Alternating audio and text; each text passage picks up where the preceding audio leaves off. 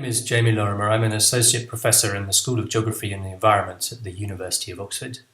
And my term for this series is rewilding. Rewilding is a new approach to conservation, to nature conservation, that's come on the scene in the last 15 or 20 years.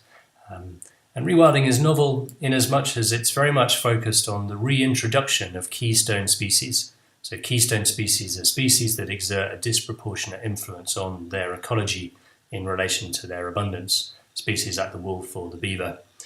Rewilders are interested in bringing back these species, but also in nurturing their self-willed reintroduction in situations where these species have returned as a consequence of human land use change.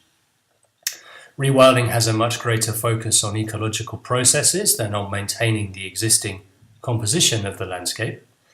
It also seeks to deepen the historical baselines that are the reference points for conservation, moving back beyond pre-modern agriculture towards prehistorical landscapes, for example, left behind at the end of the last glacial period.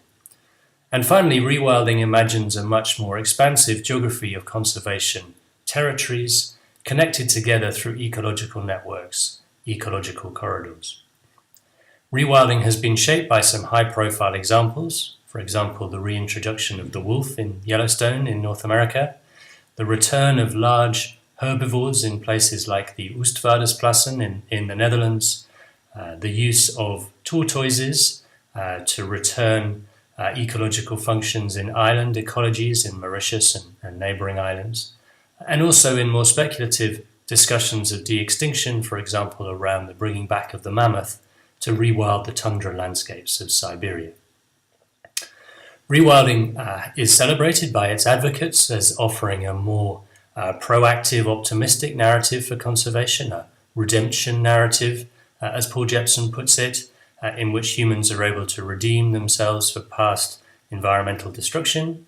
It's offered new ecological insights for scientists, and it's raised a series of ethical discussions and potential amongst animal ethicists interested in whether it's possible to de-domesticate animals and create new conditions for their flourishing. Rewilding is also proved controversial. It's disputed amongst scientists. It's disputed by some animal welfarists who are concerned about experiments in which de-domesticated animals are allowed to die of starvation.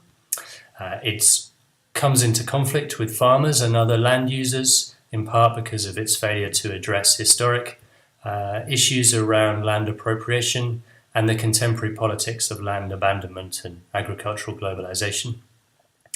It's also proved controversial because of its aesthetic implications. Rewilded landscapes, at least initially, tend to be much messier than the manicured pre-modern landscapes that conservation, at least in Europe, has come to be very focused on. So rewilding is an exciting area of conservation, it's an area of debate, and it's no doubt an area that will continue to be a hot topic in human animal studies in the near future.